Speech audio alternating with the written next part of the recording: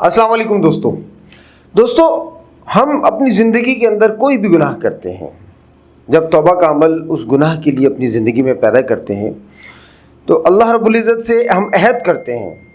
ہم اس نافرمانی کو ترک کرنے کا عہد کرتے ہیں، واپس نہ پلٹنے کا عہد کرتے ہیں، ہم پشیمان ہوتے ہیں، ہم افسردہ ہوتے ہیں کہ ہم سے یہ غلطی کیوں سرزد ہوئی یا ہم اس گناہ میں مبتلا کیوں ہوئے۔ دوستو یہاں پر کچھ ایسی شرائط توبہ کے لیے ہیں جو کہ ہم نے اپنی زندگی کے اندر پیدا کرنی ہے۔ اگر ہم ان شرائط کو پیدا کریں گے تو توبہ کے عمل کے فوائد ہماری زندگی میں آنا شروع ہو جائیں گے، لیکن ہم دوبارہ گناہ کی طرف پلٹتے ہیں۔ یہاں پر ہم اللہ رب العزت کے ساتھ کیے ہوئے عہد کو توڑتے ہیں۔ اب ہمیں اپنی زندگی کے اندر ایسے مزاج کو پیدا کرنا ہے، ایسے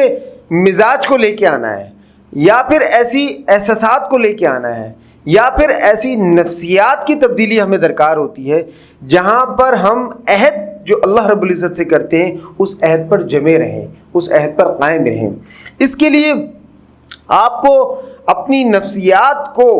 اس پیراہی میں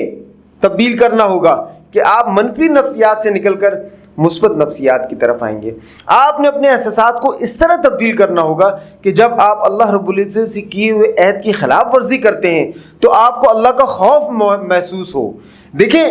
دو چیزیں یاد رکھیں، انسان توبہ کرتا ہے یا تو اللہ رب العزت کی بے شمار نعمتوں پر غور کرنے کے بعد شرمندہ ہوتا ہے کہ اللہ نے مجھے اتنی نعمتیں دی ہیں پھر بھی میں گناہ کر رہا ہوں، یا پھر اللہ کے خوف کی وجہ سے وہ توبہ کرتا ہے کہ اللہ رب العزت کا خوف اسے اس بات کی طرف لے کے آتا ہے کہ دیکھو توبہ کرو، اپنے گناہوں کی معافی مانگو، اللہ کے ہاں نافرمانی قابل قبول نہیں ہے۔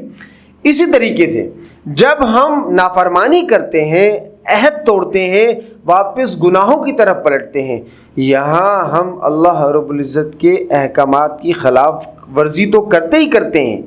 لیکن ہم ایسا عمل اپنی زندگی کے اندر لے کے آتے ہیں جو کہ اس عہد کے خلاف ہوتا ہے جو توبہ کے ذریعے ہم اللہ رب العزت سے عہد کرتے ہیں۔ اس عہد کو برقرار رکھنے کے لیے، اس عہد پر جمے رہنے کے لیے، اس عہد کو قائم کرنے کے لیے ہمیں اپنے نفسیات پر کام کرنا ہوگا، ہمیں اپنی مزاج پر کام کرنا ہوگا، اپنی ذات پر کام کرنا ہوگا، اپنی خودی پر کام کرنا ہوگا، اپنے احساسات پر کام کرنا ہوگا۔ اس کے لیے سب سے بہترین طریقہ یہ ہے کہ آپ اپنے نفسیات کے اندر سے منفی نفسیات کو نکال دیں، جیسے خواہشات کی نفسیات کو آپ نکالیں، جیسے شکایات کی نفسیات کو آپ نکالیں، جیسے ناشکری کی نفسیات کو آپ نکالیں۔ اسی طرح آپ نے اپنے احساسات سے ان چیزوں کو نکال کے باہر کرنا ہوگا جو اس اللہ رب العزت سے کیے ہوئے عہد کی خلاف ورزی کرتے ہیں اور آپ محسوس بھی نہیں کرتے۔ جیسے اگر آپ گناہ کرتے ہیں یا نافرمانی کرتے ہیں، اس کے لیے توبہ کا عمل اپنی زندگی میں پیدا کرتے ہیں، اس عہد کو آپ اپنی احساسات کے اندر محسوس کریں،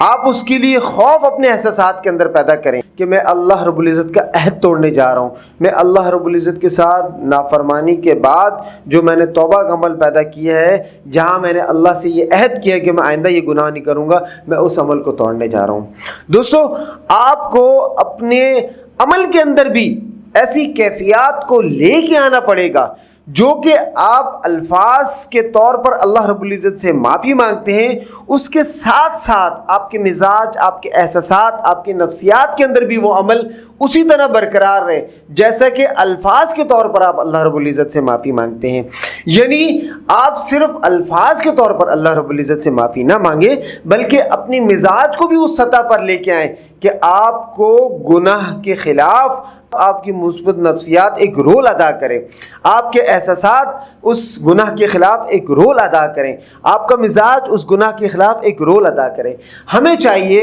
ہم اپنی شخصیت کے اندر مزاج کے اوپر کام کریں، ایسا مزاج پیدا کرنے کی کوشش کریں، ایسی ذات پیدا کرنے کی کوشش کریں، ایسی خودی کو پیدا کرنے کی کوشش کریں کہ ہمیں گناہ برے لگنے لگ جائیں، ہمیں ہمارے احساسات کے اندر یہ چیز ہم فیل کرنا شروع کر دیں کہ ہمیں وہ گناہ محسوس ہونے لگے کہ یہ ایک برا عمل ہے۔ ہمیں اپنے نفسیات کے اندر ایسے عمل کو لے کے آنا ہے کہ ہمیں وہ گناہ، ہماری مثبت نفسیات اس گناہ کے خلاف کھڑی ہو، ہمیں ہماری مثبت نفسیات اس طرح عمل کرے کہ ہم جب گناہ کریں کہ اس گناہ کی طرف جانے کے لیے روکے. تو ہمیں نہ صرف الفاظ بلکہ اپنی عملی زندگی کے اندر بھی، اپنے مزاج کے اندر بھی، اپنے احساسات کے اندر بھی، اپنی نفسیات کے اندر بھی تبدیلی کا ہونا بہت ضروری ہے. اس تبدیلی کے ذریعے ہم جو توبہ کے فوائد ہیں اپنی زندگی کے اندر حاصل کر سکیں گے.